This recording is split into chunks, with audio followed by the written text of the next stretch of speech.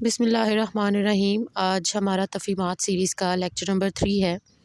ہم نے اپنے لیکچر نمبر 1 میں فطرت کی بات کی، لیکچر نمبر 2 میں ہم نے عقلی مسلمات کی بات کی، اور عقلی مسلمات وہ چیزیں ہیں جو مانی ہوئی حقیقتیں ہیں اور عقلی طور پہ وہ چیزیں مانی جاتی ہیں۔ اب ہم اپنے تیسرے لیکچر میں آج میں بات کرنے لگی ہوں سورسز کی، یعنی ماخذ کی۔ ماخذ سے مراد یہ ہے کہ جب دین کے بارے میں ہمیں کوئی معلومات چاہیے ہوگی، یا ہمیں کوئی مسئلہ درپیش ہوگا، یا ہمارا کوئی سوال ہوگا، یا ہمارے ذہن میں کوئی اشکال پیدا ہوگا، تو اس کے لیے ہم کس کی طرف جائیں گے؟ ہم سب سے پہلے کس کے پاس جائیں گے اس چیز کے بارے میں معلومات لینے کے لیے؟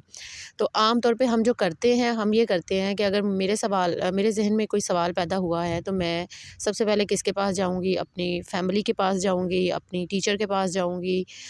یا اپنے معاشرے میں ہی جو نارمس چلی آ رہی ہیں، مجھے لگے گا کہ یہی جو ہے یہی دین کا حصہ ہے، ان کو دیکھ لوں گی۔ یا بہت جو ہے اگر میری پہنچ ہوگی تو میں جو احادیث ہے ان کو پڑھنا شروع کر دوں گی۔ اور سب سے اینڈ پہ جو میں جس چیز کی طرف جاؤں گی وہ قرآن ہے، یعنی قرآن کا ترجمہ لانا اور اس کو پڑھنا، تو وہ اس کو میں سب سے اینڈ پہ رکھوں گی۔ لیکن اس کی ترتیب بالکل الٹ ہے، یعنی جس کو ہم پریکٹس کر رہے ہیں یہ بالکل غلط ترتیب ہے۔ خاص کر جب ہمیں دین سے متعلق کوئی سوال پیدا ہوتا ہے، اور ہم کیونکہ مسلمان ہیں تو ہمیں لگتا ہے کہ ہمارے سارے مسائل ہی دین سے متعلق ہیں۔ ایسا نہیں ہے، ہمارے کچھ مسائل دین سے متعلق ہوتے ہیں اور کچھ مسائل ہمارے معاشرے سے متعلق ہوتے ہیں، کچھ ہمارے سماج سے متعلق ہوتے ہیں۔ لیکن ہاں، کیونکہ دین ہماری ہر معاملے میں رہنمائی کر رہا ہوتا ہے، تو ہمیں اس کا جو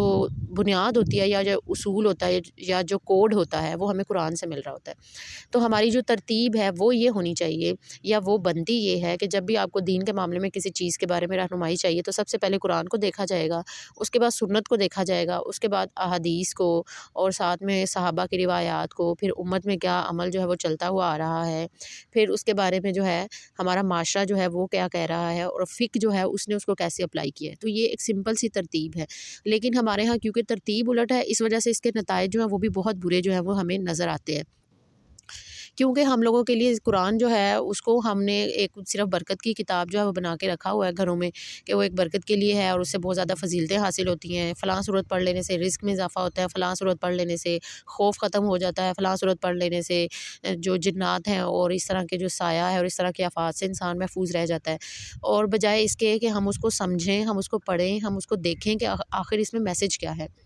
تو یہ بالکل ایسے ہی ہے کہ کسی انسان کے پاس کسی بادشاہ کا کوئی خط آیا ہے، تو جب ایک عام انسان کے پاس بادشاہ کا خط آتا ہے تو وہ ڈر جاتا ہے، وہ کہتا ہے پتہ نہیں اس میں کیا ہے، لیکن وہ اس کو کھول کے نہیں دیکھتا۔ ہو سکتا ہے، لیکن کیونکہ اسے پڑھنا نہیں آتا، لیکن اگر اسے پڑھنا آتا ہوتا تو ہو سکتا ہے اس میں اس کے لیے کوئی خوشخبری ہی ہوتی۔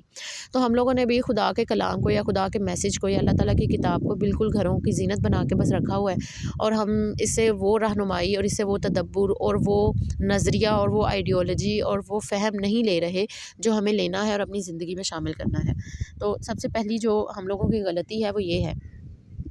پھر جب ہم قرآن کو سمجھنے کے لیے ایک تہیہ کر لیتے ہیں، جب ہمیں ایک 10 12 15 سال تک کی عمر میں آتے آتے ہمیں تھوڑا سا احساس ہوتا ہے کہ نہیں، قرآن کو پڑھنا چاہیے اور قرآن کے ترجمے کو پڑھنا چاہیے۔ تو جب ہم قرآن کو پڑھنے کے لیے اپنے آپ کو مینٹلی تیار کرتے ہیں تو اس میں جو ہمارے پاس ایک بیریئر آ جاتا ہے وہ ہے لینگویج کا بیریئر، زبان کا بیریئر، کیونکہ عربی ہماری زبان نہیں ہے اور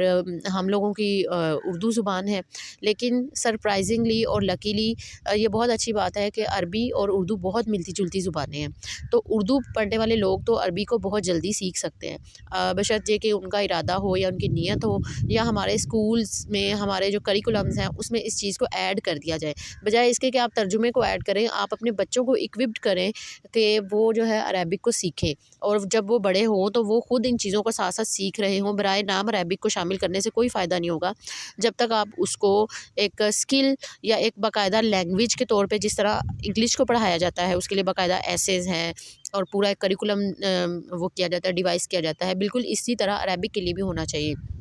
تاکہ ایک مسلم معاشرے کے بچوں کو 15 20 سال کے بعد تو ان کو احساس ہو، پھر وہ قرآن کو پڑھنا شروع کریں، پھر وہ ترجمے پڑھیں تو انہیں پتہ چلے کہ یہ ترجمہ اور وہ ترجمہ، اس میں تو یہ فرق ہے اور اس میں یہ تفسیر کا فرق آ گیا ہے، اور وہ جھنجھلا کے بالکل دور ہو جائے اسلام کے۔ اس نے ارادہ تو یہی کیا تھا کہ وہ پاس آئے گا، لیکن اس کا نتیجہ یہ نکلا کہ وہ بہت دور ہو گیا۔ تو اگر ہم نے اپنے بچوں کو اکوپڈ کیا ہوا ہو، ان کو ایک لینگویج سکھا دی ہو، تو پھر وہ اپنے طریقے سے اس پر تحقیق کر سکتے ہیں، اس پر مزید کام کر سکتے ہیں، اور اس کے نتائج بہت جو ہے وہ برابر ہو سکتے ہیں اگر ہم اپنے ایجوکیشن سسٹم کے اندر اس چیز کو ایڈ کر لیں تو ہمارے لیے جو قرآن ہے وہ سمجھنا مشکل نہیں ہے، وہ بہت آسان ہے، لیکن اگر ہماری نیت ہوگی تو، اگر ہمارا ارادہ ہوگا تو، اگر آج کے دور میں بھی جب آپ لوگوں کے ہاتھ میں موبائل ہے اور آپ کے سامنے یوٹیوب کھلی ہوئی ہے اور ہزار قسم کی جو ہے وہ چیزیں آپ کے سامنے، معلومات کا ایک ڈھیر ہے، وہ انبار ہے، وہ لگا ہوا ہے، اور پھر بھی اس دور میں بھی آپ یہ کہیں کہ میرے پاس ٹائم نہیں ہے، یا میرے پاس کوئی ذریعہ نہیں ہے، یا میرے پاس کوئی ٹیچر نہیں ہے کہ جس سے میں رہنمائی لے سکوں اور میں اپنا یہ سفر شروع کر سکوں، تو یہ بہت ہی بچگانہ بات ہے اور بہت ہی ایک بچگانہ بہانہ ہے یہ۔ تو آج کے دور میں یہ بہانہ نہیں بنانا چاہیے کسی کو بھی، اور ہر وہ بچہ یا بچی یا خاتون یا مرد جو پڑھ سکتے ہیں، خاص کر جن کو اردو پڑھنی اور لکھنی آتی ہے، وہ عربک کو آرام سے سیکھ سکتے ہیں۔